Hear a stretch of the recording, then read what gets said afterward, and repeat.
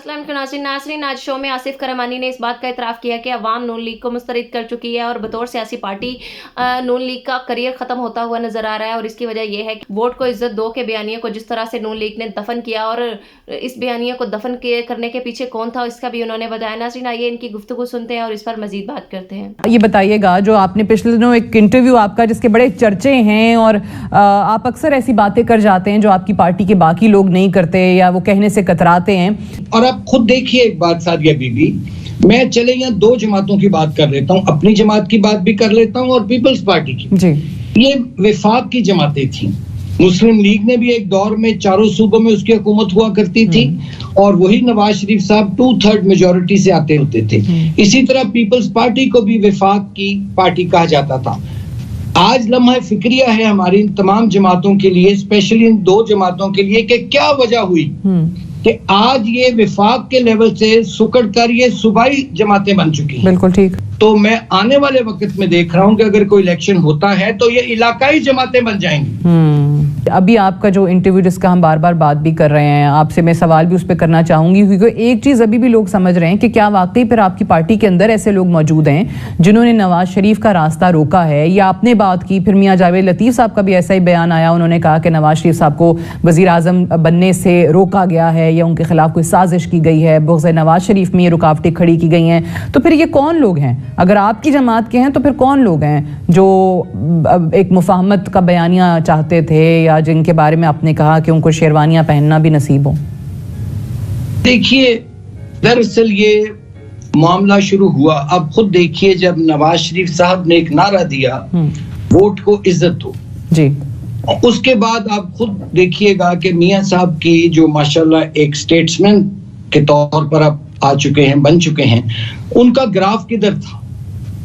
सोचने की बात ये, वो कौन लोग थे जो जाते थे जहाजों में लंदन और वहां जाके उन्होंने नवाज शरीफ साहब को कन्विंस किया और जो आप उस नारे से दस्तबरदार हुए, आपने जनरल बाजवा साहब को एक्सटेंशन दी और उसके बाद आज ये सूरत हाल है कि 2/3 मेजॉरिटी लेने वाला नवाज शरीफ, मेरा दिल दुखता है क्योंकि मेरी लॉयल्टी जौन सी है वो मुस्लिम लीग से है और नवाज शरीफ से है। ठीक है, मेरा दिल दुखता है कि वो कौन लोग थे। सबको पता है कि जो जहाजों में बैठ के गए, जिन्होंने नवाज शरीफ साहब को, मैंने इंटरव्यू में भी कहा है, उनको बेबस किया।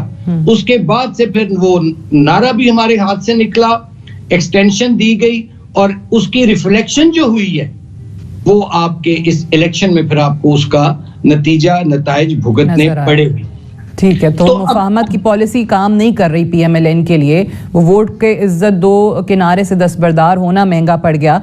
सो अब ये जो हुआ है इन इंतखाबात में, जिस चीज़ की अक्कासी हुई है और या जिससे पीएमएलएन को सबक सीखना चाहिए, वो जो पावर, वो स्ट्रेंथ अपने हाथों से इस बयानिए के वजह से आपने एक दूर कर दी खुद से, उसको वापस कैसे लिया जाए? उसका तो हल यही है जी कि अब उनको चाहिए कि पार्टी को रीऑर्गेनाइज करें पार्टी को और देखें कि कहां कहां हमारे से माजी में गलतियां हुई हैं, कहां कहां बेहतरी की गुंजाइश है, और स्पेशली जो पढ़ा लिखा आपका एजुकेटेड मिडिल क्लास का जो यूथ है उसको ऑन बोर्ड लें, उसके साथ बैठें, नौजवानों के साथ बैठें, बिल्कुल सही है, और उनके मशवरे में आगे बढ़े।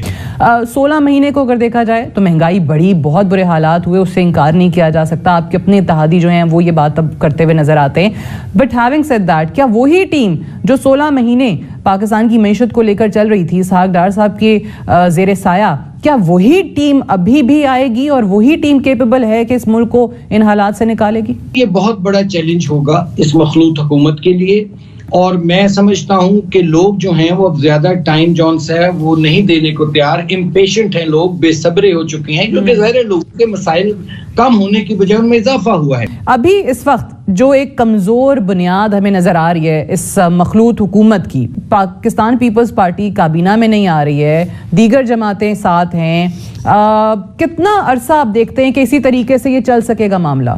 देखिए, आपने खुद ही फरमा दिया, कमजोर लफ्ज आपने यूज किया। ये जो आपका एक यूथ था ना, स्पेशली मिडिल क्लास का एजुकेटेड जॉबलेस यूथ, ये उसने रिवोल्ट किया है इस सिस्टम के खिलाफ, एक अनजस्ट, एक रॉटन एक पंजेंट सिस्टम के खिलाफ उन्होंने रिवोल्ट किया, जिसकी जद में तमाम जमातें आई हैं। ठीक है। और उसका रिजल्ट ये निकला कि किसी को भी सिंपल मेजॉरिटी नसीब नहीं हुई। मिडिल क्लास का एजुकेटेड मिडिल क्लास का जॉबलेस यूथ जो इस निजाम से भी आजिज है, और वो कोई उम्मीद नहीं उसको उसके दिल में कभी कोई। कई दफा मायूस किया, कई दफा देखा कि जो लोगों की उम्मीदें थी उन पे हमने पानी फिरते। तो बताइएगा कि इसका फिर ऑल्टरनेट आखिर है क्या? हर इंतखाबात के बाद कुछ ना कुछ ऐसी चीज हो रही होती है, क्या मुतबादिल क्या है फिर? मुतबादिल इसका ये है कि मैं जो देख रहा हूँ सादिया बीबी के जो पॉलिटिकल डायनामिक्स हैं इस पॉलिटिक्स के भी और हमारी सोसाइटी के, वो चेंज हो चुके हैं। ठीक। और जो 60% प्लस इस वक्त यूथ है, पाकिस्तान का मुस्तकबिल अब उसके हाथ में है। अब आप यूथ को ड्राइव नहीं कर सकते। अब जितनी लीडरशिप्स हैं उनको it's high time now to realise कि अब यूथ उन्हें ड्राइव करेगा, और अगर वो यूथ की तवक्कुआत पर पूरा ना उतरे मसलन। देखिए ना जुल्म कितना है कि एक मिडिल क्लास का एजुकेटेड जो यूथ है जॉबलेस फिर रहा है, उसके हाथ में डिग्री है और सड़क पर फिर रहा है। मुझे आधा सेकंड दीजिएगा। जी जी। और जब वो पीछे देखता है मुड़कर, तो उसके घर में उसके बूढ़े माँ बाप हैं, उसके बिजली के महंगे बिल हैं, सुई गैस के बिल हैं, किचन का खर्चा है, और वो देखता है कि मेरे माँ बाप बूढ़े हो गए, मकरूज हो गए सिर्फ एक इस डिग्री की खातिर। और जब वो किसी जगह नौकरी के लिए जाता है तो वहां वो आपने सुना होगा ना, वो जो लूडो में एक सांप और सीढ़ी का खेल होता है, जब वो बेचारा अपने मेरिट पर 99 पर पहुंचता है तो वहां उसको एक अशराफिया का कोबरा सांप डस के उसको फिर जीरो पे ले आता है। कहने का मेरा मतलब ये है कि ये क्लास जो है इस वक्त, और ये 60% जैसे मैंने कहा प्लस है, आपको इनके लिए सोचना होगा।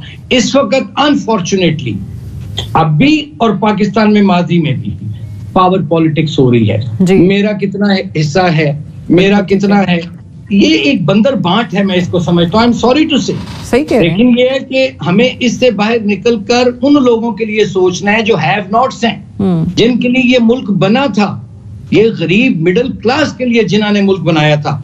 ये जो 2% अशराफिया कोबरा है जो उसको डस लेती है एक बच्चे को, एक मिडिल क्लास के बच्चे को, ये उनके लिए मुल्क नहीं बना था।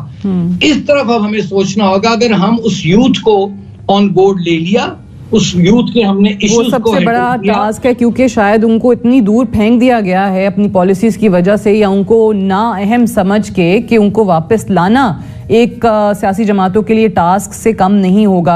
आपने सही कहा है, और आने वाले हर इलेक्शन में 2040, 2050 इस तरीके की अब प्रेडिक्शंस आई हैं जो रिसर्च बेस्ड हैं, जो पॉपुलेशन के स्टैट्स को सामने रख के बनाई गई हैं, कि हर इंतखाब में जो फैसला है वो एक फर्स्ट टाइम वोटर करेगा जो 18 साल की उम्र का होगा, और पहली बार उसका वोट जो है वो डिसाइड करेगा कि उसका फ्यूचर किन लोगों के पास जाएगा। सरमायादाराना निज़ाम और जागीरदाराना निज़ाम जिसकी तरफ आपने इशारा किया है, मुझे बताएं क्या फिर तमाम लोग इसके जिम्मेदार नहीं हैं जो इक़्तिदार में आने के बावजूद इस हवाले से कुछ नहीं कर पाते हैं क्योंकि उनको ये सिस्टम सूट करता है? बिल्कुल, मैं 100% आपकी बात से इत्तफाक करता हूं, चूंकि ये 75 साल से तो इस मुल्क में यही हो रहा है, लेकिन इनफ इज इनफ। मैं आपको एक पब्लिक पल्स बता रहा हूं जी। अब ये वाला सिस्टम चलेगा नहीं, और इसका हल बेस्ट ये है, इसका हल आपने पूछा, इसका हल ये है कि हमें अपनी पॉलिटिकल स्ट्रेटजीज चेंज करना होंगी। हमें अपने जो मिडिल क्लास है उसको, उसका जो राइट है, जो 98% of your population is poor in middle class, आपको उनका हक देना पड़ेगा, सेहत में भी, तालीम में भी, रोजगार में भी, तमाम शोबों में, तब जाके वो मुतमईन होंगे। अदरवाइज जो यूथ है, नौजवान है, वो नारों में आने वाला नहीं। सही है। तो इस निज़ाम की तब्दीली, इसकी बेहतरी के लिए नाज़रीन, जैसे कि आपने देखा कि आसिफ करमानी ने कहा कि एक वक्त था जिसमें नून लीग एक पाकिस्तान की मकबूल तरीन जमात हुआ करती थी और नून लीग के कायद मियां नवाज शरीफ ने पाकिस्तान पर 3 बार हुकूमत की और 3 बार वजीर आजम बने और इनके छोटे भाई मियां शहबाज शरीफ भी वजीर आजम बने, जो कि 16 माह के लिए थे और पाकिस्तान की बदतरीन हुकूमत उन्होंने की। और नाज़रीन, नून लीग हमेशा एंटी एस्टेब्लिशमेंट बयानियां देती हुई नजर आती है और अवाम को इश्तियाल दिलाती हुई नजर आती है और बंद कमरों में एस्टेब्लिशमेंट के पांव पड़ती हुई नजर आती है कि किसी तरह से बासानी इनको हुकूमत मिल सके। नाज़रीन, इनको अभी इस बार भी यही लगता था कि वोट को इज्जत दो के नाम पर अवाम को बेवकूफ बनाएंगे और मुल्क पर मुसल्लत हो जाए, लेकिन नाज़रीन इस बार अवाम ने इनको इस तरीके से रिजेक्ट किया कि इनकी चीखें आसमान तक सुनाई दे रही हैं। आसिफ करमानी का यह कहना था कि नून लीग अगर इसी तरह की हरकतें करती रही तो इनका सियासी करियर, जो कि एक सूबे तक महदूद है, सिर्फ एक इलाके तक महदूद होकर रह जाएगा। नाज़रीन, ये बात तो सही है कि जिस तरह से आज तक नून लीग अवाम को पागल बनाती आई है, अवाम को वोट को इज्जत दो के नाम पर गुमराह करती हुई आई है और पहले तो एंटी एस्टेब्लिशमेंट बयानियां बनाती है और बंद कमरों में एस्टेब्लिशमेंट के पांव पड़ती है कि किसी तरह से इनको इक़्तिदार दिलवाया जाए और अवाम की अब आंखें खुल चुकी हैं, अवाम को इनके करतूत नजर आना शुरू हो गए हैं। तो बकरी की माँ कब तक खैर मनाएगी?